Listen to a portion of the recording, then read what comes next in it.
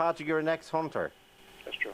And this whole image, now in the last few calls, that the pheasants are ground animals. They are hunted by foxes and dogs anyway, and other wild animals. So shooting them as they're driven into the sky in an organised drive or whatever is one of the more humane ways of ending their lives.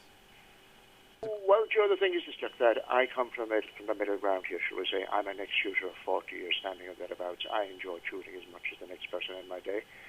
And sometimes it amazes me when people tend to glamorize shooting.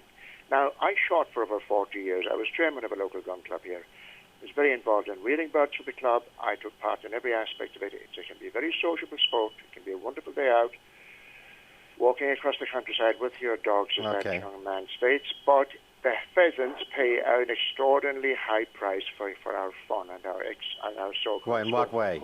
Of course, it's not a sport. It's far from a sport. It's a pastime, and a very cruel pastime. In what way? It must be pretty obvious to you, Joe, that birds get shot, and most of them, no, I won't say most of them, that is not correct.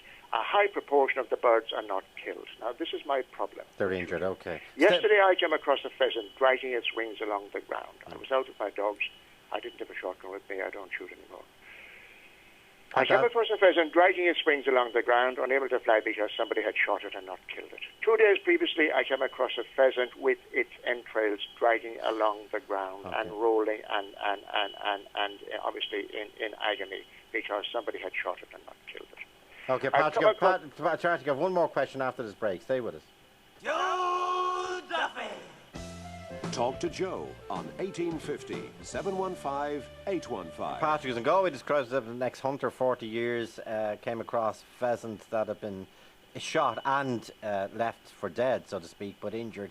Patrick, do you think this image that's in the papers today of Rachel Allen with the 5 dead pheasants on the bonnet of a Jeep or whatever, with the broken double-barrel shotgun and the Burberry outfit or whatever, do you think that will damage Rachel's image?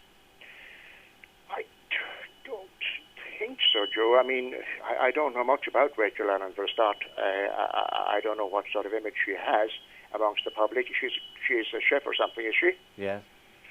Now, I'm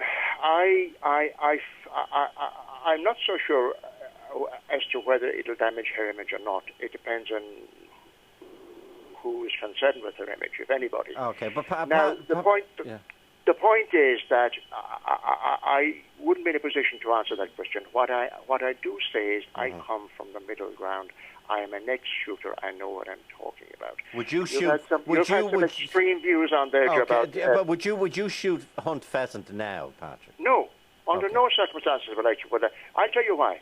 Briefly. People have introduced all sorts of red herrings there about shooting for food and all this rubbish. Why would you not shoot pheasant? Quickly, please. It costs a lot of money to shoot pheasants. You've got to have good dogs. You've got to buy a shotgun. You've got to insure it. You've got to license it. It costs a lot of money. Nobody shoots pheasants for food. That is a complete myth. People shoot pheasants for sport because they enjoy shooting. Okay, got to leave it at that. Thanks to all our callers. Back tomorrow.